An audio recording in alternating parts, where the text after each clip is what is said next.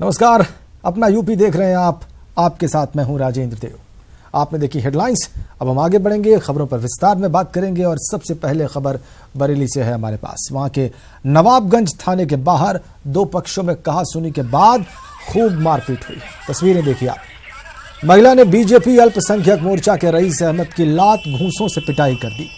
इसके बाद महिला ने बीजेपी नेता पर छेड़छाड़ का आरोप लगाया और थाने में शिकायत करने की बात कही। इधर तमाशबीन बनी पब्लिक ने घटना को वीडियो में कैद करके वायरल कर दिया। दरअसल रईस अहमद उर्फ गुड्डू की दुकान पर महिला का बेटा सामान खरीदने गया था। वहां दोनों के बीच कहासुनी हुई। इसमें किराना व्यापारी दुकान पर हुई लूट की तहरीर लेकर थाने पहुंचा ही था कि रास्ते में महिला मिल गई। उसने तहरीर देने का विरोध किया तो दोनों में फिर से कहासुनी हुई और उसके बाद महिला ने बीजेपी नेता की पिटाई कर दी। दोनों पक्षों की तहरीर पर पुलिस जांच में जुटी हुई है। ये बीजेपी अल्पसंख्यक मोर्चा के व्यक्ति हैं, रईस अहमद, जिनकी पिटाई हो रही है, महिला पिटाई कर रही है। कहासुनी के बाद बात मारपीट तक पहुंची और खूब पिटाई हुई। रईस अहमद की, जो कि बीजेपी अल्पसंख्यक मोर्चा में है। इस महिला का बेटा जो पिटाई कर रही है, दुकान पर इनकी सामान खरीदने गया था, वहां पर कुछ कहासुनी हुई। उसके बाद ये श्रीमान तहरीर लेकर थाने जा रहे थे, रास्ते में महिला मिली, फिर कुछ कहासुनी हुई और उसके बाद जो हश्र हुआ इन श्रीमान का वो आप देखिए। तमाशबीन पब्लिक ने यही वीडियो बनाया जिसको आप देख पा रहे हैं।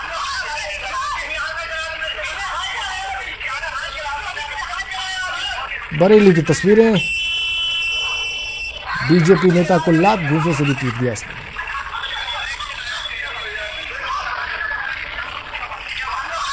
हम देख सकते हैं पुलिस के अधिकारी भी वहां पर आते हैं, वो बीच बचाव करते हैं, छुड़ाने की कोशिश करते हैं। उसके बाद भी महिला पीटती रहती है इस व्यक्ति को। रईस अहमद नाम इसका।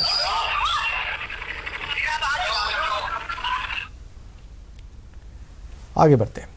शिक्षक भर्ती परीक्षा के कट ऑफ को कम करने की मांग कर रहे लखनऊ में विधानसभा के सामने प्रदर्शन कर रहे बीटीसी ट्रेनीज पर पुलिस ने लाठीचार्ज कर दिया है। दरअसल मई में सहायक अध्यापकों के 68,500 पदों की हुई भर्ती परीक्षा में पहले सरकार ने एससी और एसटी के लिए 40 और जनरल के लिए 45% अंक का कट ऑफ रखा था।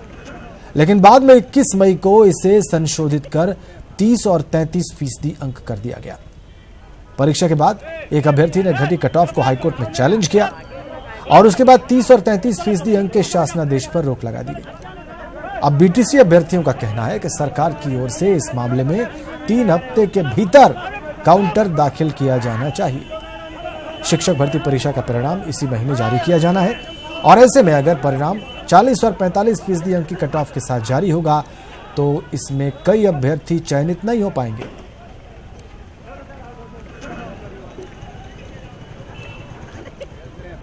एक्सक्लूसिव तस्वीरें लखनऊ से जो हमें मिली हैं, आप देख पा रहे हैं प्रदर्शन की।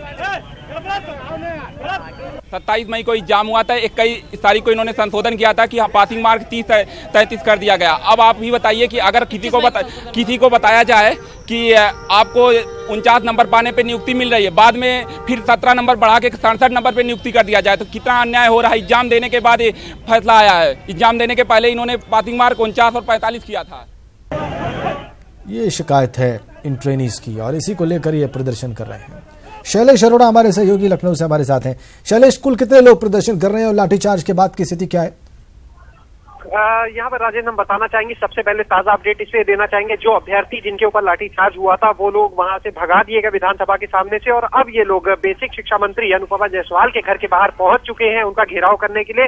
फिलहाल जो अभ्यर्थी हैं वो मंत्री आवास के बाहर ही बैठे हुए हैं सैकड़ों की संख्या में और लगातार मांग कर रहे हैं कि उनका जो कट ऑफ निर्धारित हुआ था शासनादेश के अनुसार 30 और 33% वाला, उसको लागू किया जाए। पूरा मामला राजेंद्र हम बताना चाहेंगे कि सरकार ने जब 68,500 पदों पर भर्ती परीक्षा कराई, जब ये परीक्षा कराई जा रही थी, सबसे पहले जब इसका शासनादेश हुआ तो SC/ST के लिए 40% और जनरल के लिए 45% का कट ऑफ मार्क्स निर्धारित किए गए थे, जिसे बाद में सरकार ने संशोधित किया था और इसको 30 और 33% ही कर दिया गया था।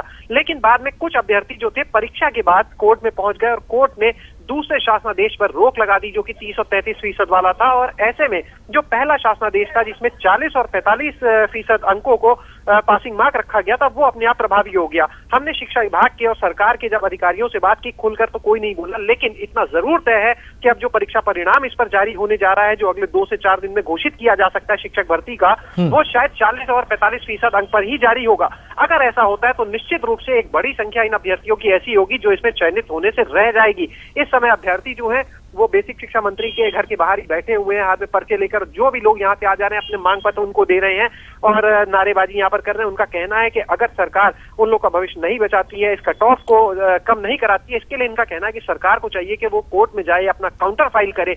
अगर सरकार ने कोई शासनादेश जारी किया है तो उसको सुरक्षित रखना, उसे बचाना भी सरकार की ही जिम्मेदारी बनती है, जिसके लिए उन्हें कोर्ट में अपना काउंटर फाइल करना चाहिए था, जिसे फाइल करने में शासन के स्तर से लापरवाही की जा रही है। तो निश्चित रूप से यहाँ पर सैकड़ों की संख्या में अभी भी अभ्यर्थी मौजूद है मंत्री आवास के बाहर ही, और हम मौके पर ही मौजूद हैं। अभ्यर्थी जो है वो लगातार काफी नाराज हैं और फिलहाल मंत्री जो है वो अपने आवास पर नहीं है। बताया जा रहा है कि वो इस समय लखनऊ से बाहर है। तो अभी कुछ ही समय में यहाँ पर पुलिस को भी सूचना दी जा चुकी है।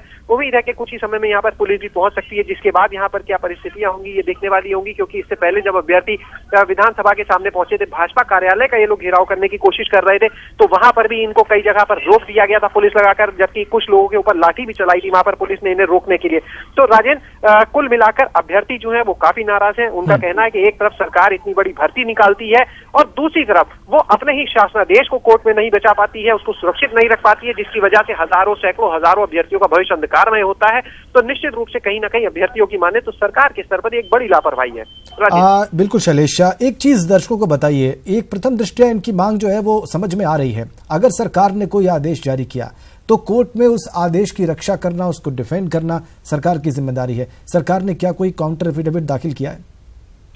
राजेंद्र, फिलहाल हमने इस बारे में जब बेसिक शिक्षा विभाग के अधिकारियों से बात की, जो परीक्षा नियामक प्राधिकारी के स्तर के जो अधिकारी हैं वहां के, जो यहाँ परीक्षा का आयोजन करते हैं, उनसे हमने जब बात की तो फिलहाल खुल के मीडिया के सामने कोई नहीं बोल रहा है।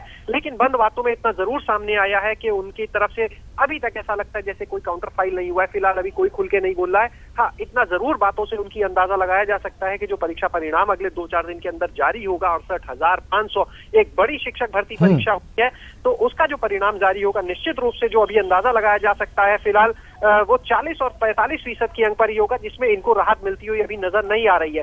तो फिलहाल हम लगातार प्रयास कर रहे हैं कि शिक्षा विभाग के जो अधिकारी हैं वो भी सामने आकर बात करें, लेकिन अभी अधिकारी भी इस बारे में मीडिया से बात करने से कतरा रहे हैं। शुक्रिया आपका शैलेश, विस्तार में दी गई इन तमाम जानकारियों के लिए। तो शिक्षा विभाग के अधिकारी कैमरे पर कुछ भी कहने से बच रहे हैं और प्रदर्शनकारी पहुंच गए हैं बेसिक शिक्षा मंत्री के आवास पर प्रदर्शन करने। और बेसिक शिक्षा मंत्री अनुपमा जायसवाल का आवास घेरने पहुंचे बीटीसी ट्रेनीज। विधानसभा के सामने से भगाए जाने के बाद मंत्री आवास पहुंचे। अभ्यर्थी शिक्षक भर्ती की कट ऑफ कम करने की मांग कर रहे हैं। ये देखिए आप, बेसिक शिक्षा मंत्री के आवास के बाहर का दृश्य आप देख रहे हैं अपनी स्क्रीन पर। ये वही ट्रेनीज हैं जो प्रदर्शन कर रहे थे, जिन पर लाठीचार्ज किया गया, वहां से हटे और यहां पर आकर उन्होंने प्रदर्शन शुरू कर दिया है।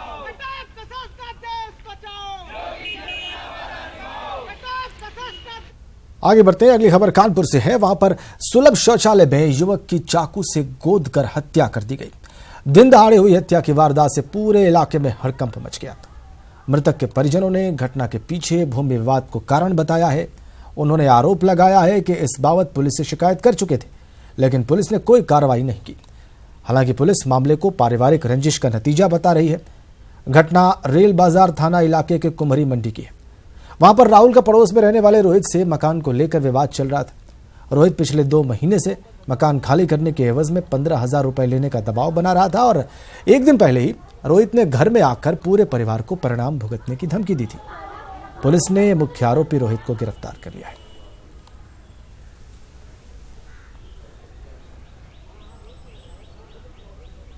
अगली खबर, देवरिया के बाद प्रतापगढ़ के मैक्सन ग्रामोद्योग समिति द्वारा चलाए जा रहे महिला आश्रय गृह से 26 महिलाओं के गायब होने से हड़कंप मच गया है। दरअसल बुधवार को डीएम द्वारा आश्रय गृह में छापेमारी की गई तो मौके पर सिर्फ एक ही महिला मौजूद थी, जबकि 14 महिलाएं वहां से गायब मिली। एनजीओ अधीक्षिका नेहा प्रवीण ने कहा कि सभी मजदूरी के लिए बाहर गई हैं।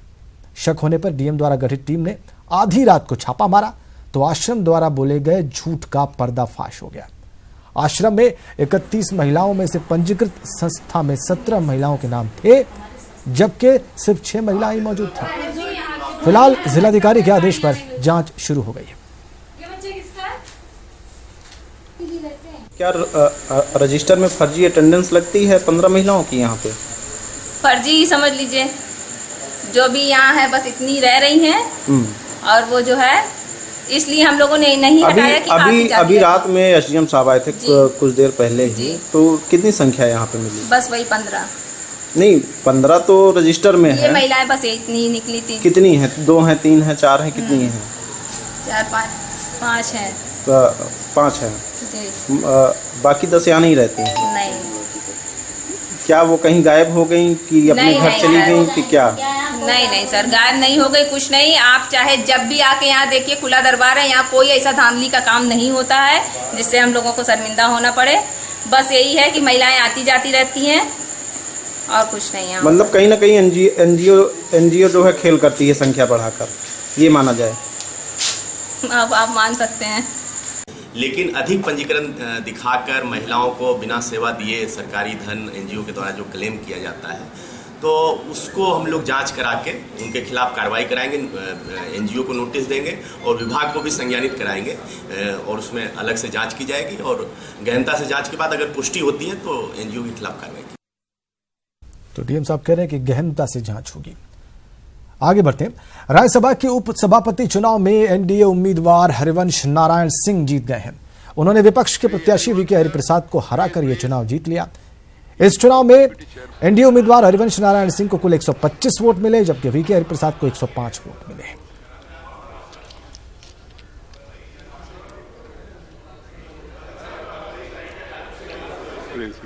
और प्रधानमंत्री ने हरिवंश नारायण सिंह की जीत पर उनको बधाई दी और कहा कि सदन में सभी पर हरि कृपा बनी रहेगी। मैं सबसे पहले सदन की तरफ से और मेरी तरफ से नवनिर्वाचित उपसभापति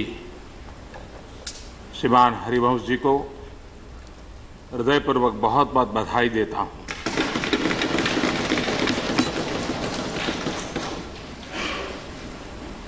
आज 9 अगस्त है। अगस्त क्रांति आजादी के आंदोलन से जुड़ा हुआ एक महत्वपूर्ण पड़ाव था और उस पड़ाव में बलिया की बहुत बड़ी भूमिका थी। 1857 का स्वातंत्र संग्राम से लेकर के बलिया आजादी की लड़त, क्रांति के बिगुल बजाने में, जीवन न्योछावर करने में अग्रिम पंक्ति में रहा था। मंगल पांडे जी हो, चित्तू पांडे जी हो और चंद्रशेखर जी तक की एक परंपरा, और उसी कड़ी में एक थे हरिवंश जी।